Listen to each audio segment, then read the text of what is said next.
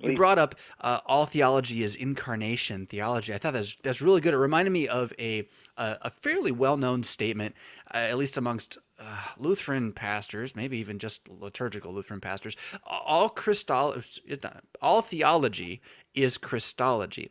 Kind of made known by David Scare, professor at Concordia Fort Wayne, and not without his own level of debate surrounding it when he first said it, at least. I love it though, as it gets at this idea that to know God is to know Christ.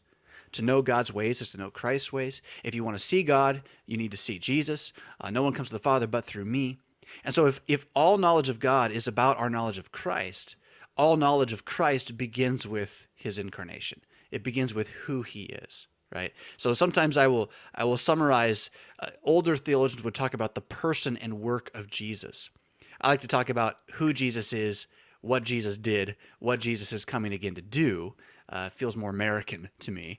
But so you start with who Jesus is. And who is Jesus? Well, he is the Son of God, begotten of his Father before all worlds, and Son of Mary, right? Born of the Virgin.